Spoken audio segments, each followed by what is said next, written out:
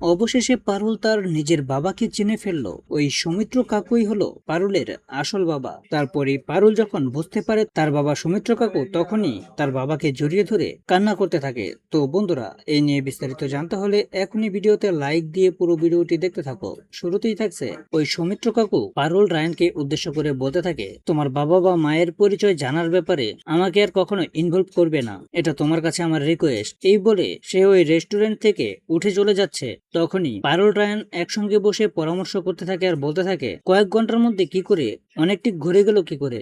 তখন পারুল বলতে থাকে, আচ্ছা এমন নয় তো যে মা আর সৌমিত্র কাকু একে অপরকে আগে থেকেই চেনে। তখন রায়ান বলতে থাকে, শিরিন তোর আর তোর বাবার ডিএনএ টেস্ট করিয়েছে, কিন্তু তোকে তোর বাবার নামটা জানতে দেয়নি। এই সবকিছু কিন্তু একটা দিকে ইশারা করছে পারুল। তখনই পারুল বুঝতে আর বাকি নেই, পারুল বুঝে যায়, বলতে থাকে, তার মানে সৌমিত্র কাকুই হলো আমার বাবা। ঠিক তখনই রায়ানকে সঙ্গে নিয়ে সৌমিত্র কাকু রেস্টুরেন্ট থেকে বেরিয়ে যাওয়ার আগেই আবারও দৌড়ে গিয়ে তাকে ধরে নিয়ে আসে এবং সেখানে থাকা সবার সামনেই সৌমিত্র কাকুকে বাবা বলে চিৎকার দিয়ে তাকে জড়িয়ে ধরে, বলতে থাকে, এতদিনে আমি তোমাকে চিনতে পেরেছি বাবা, তুমি আমার আসল বাবা। তো বন্ধুরা, এভাবেই যদি পারুল তার বাবাকে পেয়ে যায়, তাহলে তোমাদের কার কার কাছে ভালো লাগবে তা এখনই কমেন্টে জানাও। আর এরকম নিত্য নতুন সিরিয়ালের আপডেট পেতে এখনই আমাদের এই চ্যানেলটা সাবস্ক্রাইব করো।